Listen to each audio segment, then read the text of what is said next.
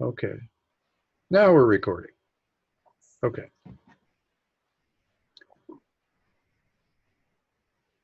So the extra path length for this little portion of the light coming through compared to the center ray would be x sine theta.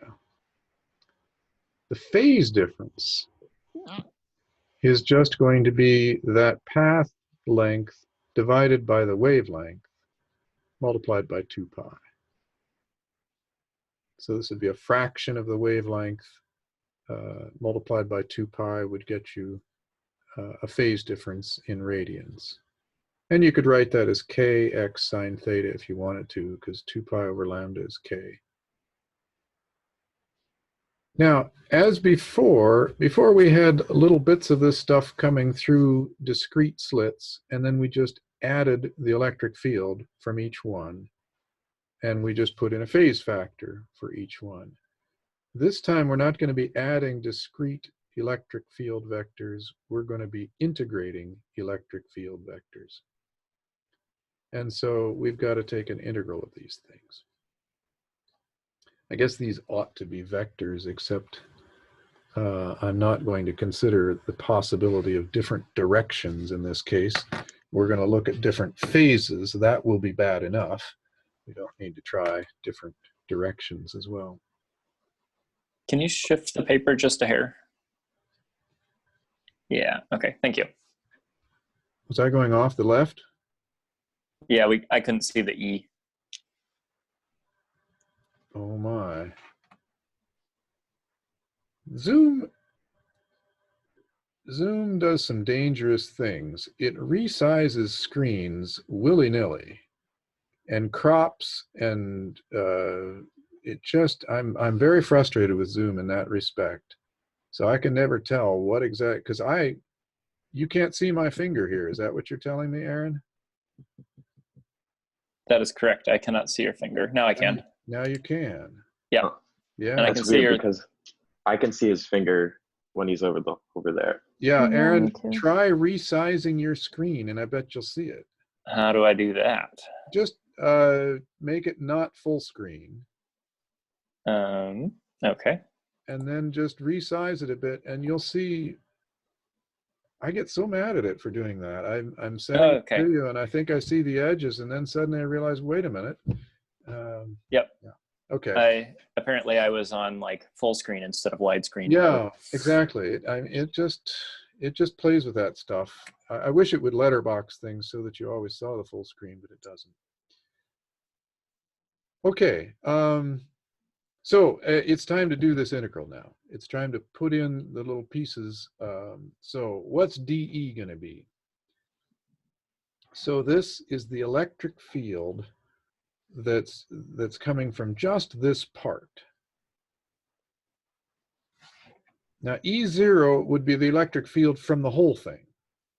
If we look just in the straight through direction where there was no phase difference, then we would expect E0 as the strength of the whole thing when it came together. That's the total electric field. But now what we have is some fraction of it. Do you see dx over b? Dx is this little bit here, and b is the whole thing. So that's what fraction this is of the whole thing. So that's the fraction we've got. And then here's the phase. The phase for this piece of it. And that's e to the I times phi, which is a function of x, just like it's given up here. So far, are you with me? Okay, then it's time to integrate. So we're going to be integrating, we're going to get the electric field by integrating this little bit over the whole range. And for that range, x is going to vary from minus b over 2 up to b over 2. So the slit has a width of b, but counting from the center line, which is where I'm measuring x, goes down to minus b over 2 and up to b. So that's the range on our integral. and then I just substitute all this stuff in, and that's the integral that we have. All right, so if you set up that integral, we can substitute in what we had for phi. That was this kx sine of theta dx. And then you end up with this integral. And here I've just carried it out. The integral of e to something x dx is just 1 over that something, e to the something x. Does that make sense to you all? This is just the integral of e to the x dx, or e to the ax dx, I guess, or something like that. And it's just 1 over a, e to the x, e to the ax. And then the next step is to substitute in the limits. And that gives us these two terms.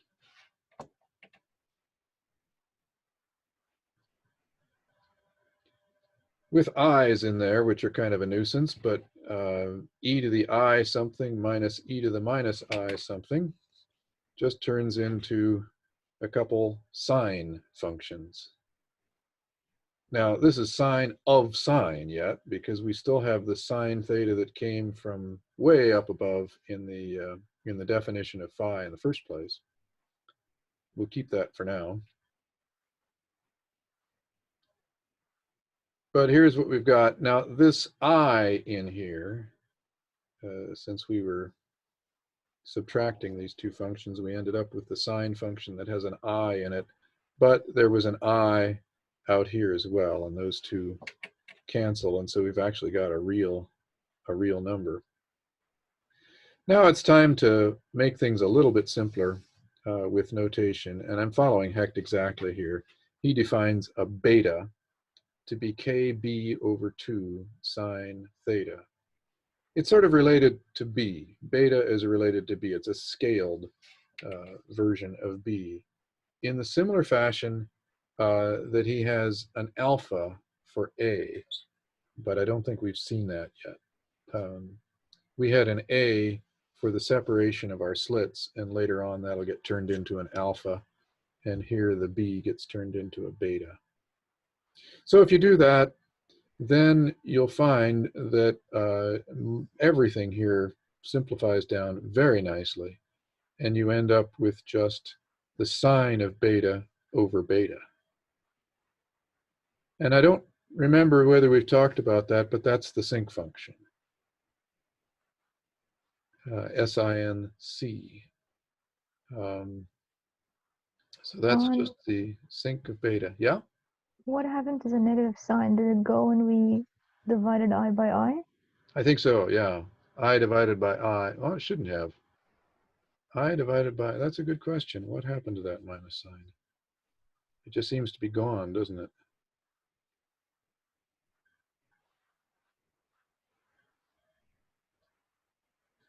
I wonder why it's there in the first place.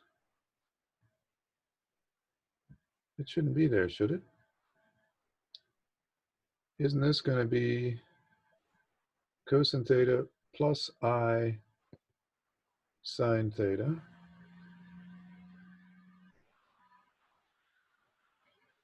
I don't think it should be here. I think this is correct, and that's not correct, is what I'm thinking right now. I'll try Euler's law in your head. Would you get a sign, a minus sign there? I don't. Cosine theta minus cosine theta, those are gone. Sine theta minus. It would be minus minus, so it's going to be plus because cosine. So they're both plus. Yeah. I think they're both plus. I think this. Yeah, they are. I think this should be a plus sign, so that solves the problem. Okay, so this is this sine beta over beta is the sinc function. I have another question. Sure. So beta is kb over 2 sine theta. So if we're putting Did we divide by 2 instead of multiplying? That's why we made it a beta instead of 2 beta or 2 times beta. Like, look at the expression under Yeah, E naught. I see your question. I see exactly. Where did the 2 go? Yeah. No, it's right. Look in here and you've got KB over 2 sine theta. That's beta. Mm-hmm. Look out here, you've got KB under 2, if you like. Oh, It but wouldn't works. it be 2 times E naught? No. Well, you could put the 2 there, but the point is beta is going to be on the bottom here. And that includes a factor of 1/2. Mm-hmm. Rather than putting that 2 in front of the E0, let's put it on the bottom of the bottom, which is the same thing as the top. Mm-hmm. Okay. So a 2 here is the same as a 1/2 in the denominator. And that gets us beta correctly. Yeah, it's right. Okay. The next thing to do is just remember we're often interested in intensity, and so it would be the square of this sinc function. And the sinc function just looks kind of like that. It's got a broad maximum and then these little bumps, and it keeps going. There are more little bumps out here further. This should go out more gently than that.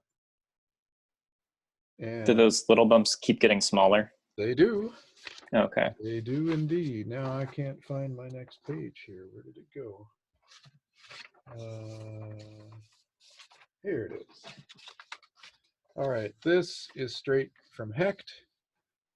He's got a beautiful plot of this to give you an idea of what it looks like. And this is what you get anytime you have a single slit. And in fact, it applies to just all kinds of situations where you have an aperture. You get a similar thing with a circular aperture. The numbers aren't the same, but you get the same result in a sense. It looks just sort of qualitatively the very same. Notice the zeros that are happening here. You get a 0 at 3 pi, 2 pi, pi. These are in phase numbers. Down here, he's got it in, yeah, he expresses sine theta as portions of lambda over b. So 3 lambda over b, 2 lambda over b, lambda over b, that sort of thing. But the thing to notice is that there, you would expect a 0 to happen right at 0 as well, but it's not. That's one that carries right on and gives you the full value there. And sinc is defined that way. If you go back to the original formula, you'd be dividing by 0. When beta is 0, you'd have 0 divided by 0, and you don't know what you got. But it's just defined to be that that value of 1 there. So this is what you get from a single slit. You get this broad central maximum, and then these little fringes off to the side. They get progressively weaker. And I didn't, oh, well, we'll get to that later. A calculation of how strong this is. He shows it here. If you look carefully, you can see this. It's about 5% is the intensity of the first small peak on the side. And the next one is a little less than 2%. And that doesn't change. Doesn't matter what size slit you are. As your slit gets larger, this pattern gets narrower. As your slit gets narrow, this pattern gets larger. But the height of these peaks doesn't change. They're always that same size. Is there anything special about that 1.43 pi? Over here. Or is that, or on the other side, because then the next peak is at that times 2, and the next peak is at, or not quite, I guess. That's interesting.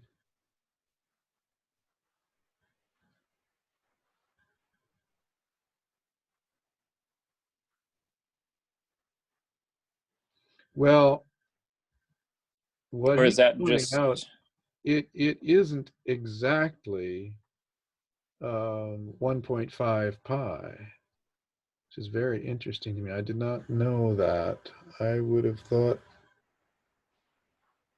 that it was, but I see it's not exactly. Okay, I can see why too. Well, we'll talk about that in just a minute. Yeah, where do you get those numbers? Well, you do a phasor diagram. So, of course, let's do phasor diagrams for these things. So, on we go. Here's our single slit, and we want to try to draw these phasor diagrams. And I'm going to quit with the halfway through business and go from the bottom all the way to the top. And just add up my little phasor pieces from one end to the other. So imagine a little phasor arrow representing the phase at the bottom being right in phase. That'll be an arrow straight to the right. And then as we move up, the contributions from each of the parts of the slit as we go up, they will change in direction. And that's according to this B sine theta is going to be the extra path for the very top ray compared to the bottom ray. So these two rays are going to be out of phase, and it'll be by that B sine theta. And I'm defining that as sort of the maximum phase angle, the phase angle for between the bottom ray and the top ray going through here. And you can write that as KB sine theta. That's the same thing as 2 beta. We're not going to use that much, though, not right now. So when you draw phasors for this, they aren't discrete arrows. It's a continuous arrow. You're going to get something that looks more like these pictures. You're going to imagine a little bit of moving to the right, but then the next part starts turning, and it keeps turning, and you're just going to draw a nice continuous curve. The length of that arrow, the total length along the curve, would still be E0. So that if you were to draw it out straight, it would be of length E0. But now it's curving along some path. And theta max, this angle between the top and the bottom, is sort of like the angle between this direction and whatever it was going at the end there. So I've drawn that in as sort of the phase angle between the beginning of the path and the end of the path. And what you get as your electric field now is just the vector that would connect the beginning with the end.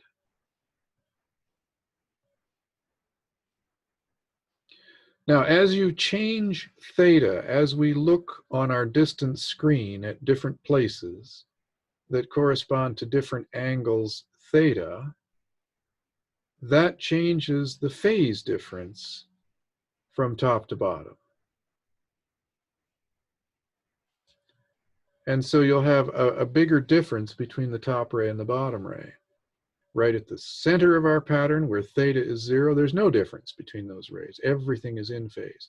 As we come further and further down the screen and looking at different parts of whatever pattern we get, we'll have larger and larger difference in angle between the top and the bottom ray.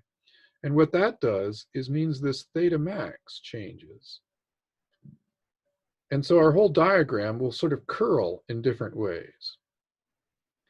You see how here I've got a real small angle between the beginning and the end. The vector has curved around, but it hasn't turned very far yet. Looks like about 25 or 30 degrees. Here I've got a really large angle between the beginning and the end. It's getting close to 180 degrees. It starts pointing this direction, curves around steadily until it's pointing something like that.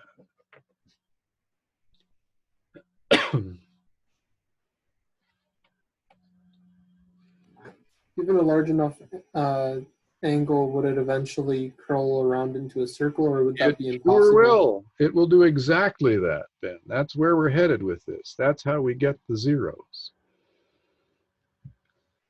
So let's look at the first null. Here's the first null. You get a pattern that looks like that. That's how you'd get a 0 out of this thing. Now remember, the length of that thing is still E0. But E is going to be just 0 because from beginning to end, we haven't gone anywhere. And what is the phase angle between the beginning and the end? Do you see that that's 2 pi? So we've got a phase angle of 2 pi from the beginning of our phasor to the end of our phasor.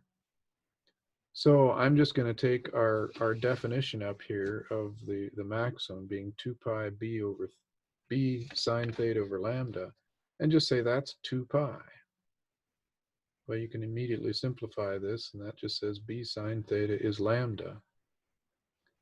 And if you remember, Hecht was doing his drawing, one of the scales on the axis was, he plotted sine theta in units of lambda over b. Do you see how that kind of fits this formula? So at a value of lambda over b, of 1 lambda over b, would be where this null would occur. What about the next one? What's going to happen? Well, you keep curling around, and you could have it go around the circle twice. And this time, the phase angle from beginning to end is 4 pi. B sine theta is now 2 lambda.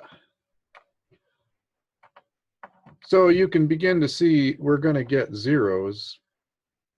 We're going to keep getting these, more and more of them. You're going to get zeros every time b sine theta is equal to m times lambda, where m is 1, 2, 3. Anything except 0. This doesn't work for 0. There, that's actually a maximum.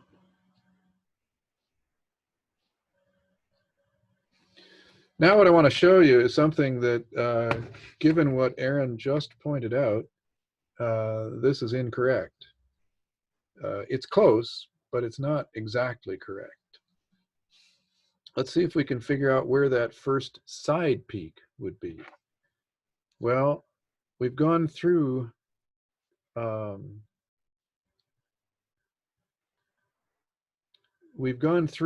minimum already, come down from the maximum through 1 minimum, but we're not to the second minimum. So we've gone around the circle once, and we haven't gone around it twice. So how about we go around 1.5 times? And you can figure out where that would occur just by saying, well, the 3/2 of the circumference must be the length of this vector. The vector is 1.5 times around, so that's 3/2 times the circumference. That's E0.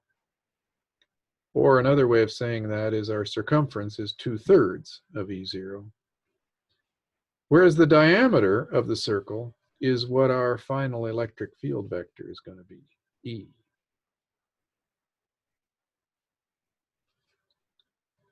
And if we continue, put those two facts together, circumference and diameter, of course, we know are related. This is supposed to be a circle. So circumference is pi times diameter. So 2/3 E0 equals pi times E. And now we've got a relationship between E and E0, which you can solve for E, and you get 2/3 pi E0.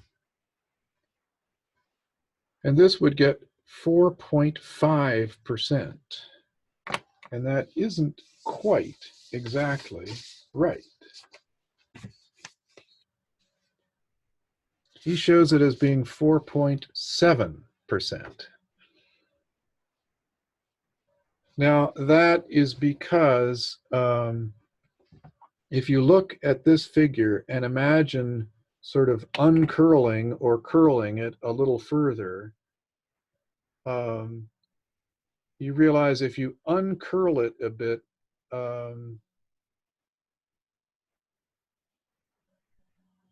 I think it's clear that uncurling it ever so slightly will end up with a point that's just a hair further away from the origin.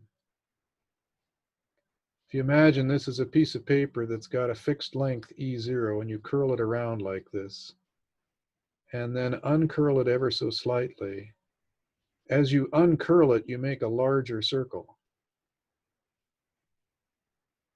Now you're also pulling away from the diameter point, but apparently you gain by making the circle larger more than you lose by not being on the diameter.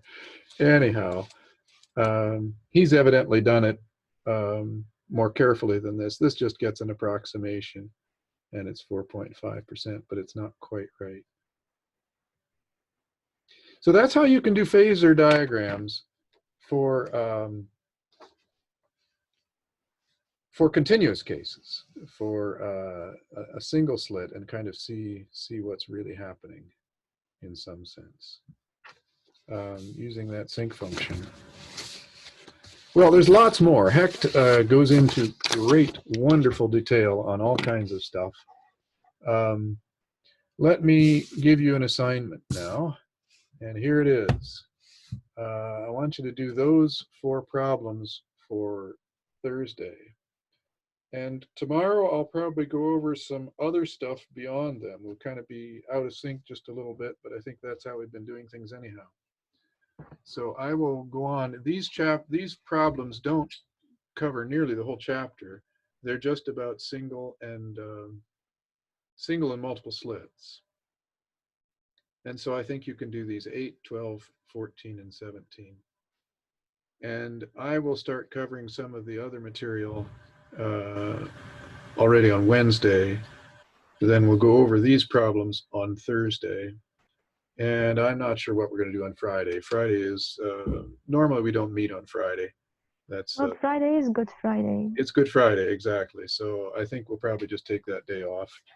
And so then on Monday, we'll do some of the rest of this chapter. I want to get to some of the rest of this chapter. There's some beautiful stuff in here that you need to at least see. I don't care if we don't get to all the problems, but I want you to see this stuff. It's wonderful. I have a question about people's Wednesday schedules. I have a search committee meeting that got scheduled at 1 o'clock, 1 to 3 on Wednesday. And I was wondering if there was possibility of another time for class. Yeah, we can probably find that. What anytime? So you'd want to meet after 3 at some point. Yeah, would that work for people? Shall we try 3 instead of 2? Does that work for other folks? I think it's 3. What do you have? Meeting.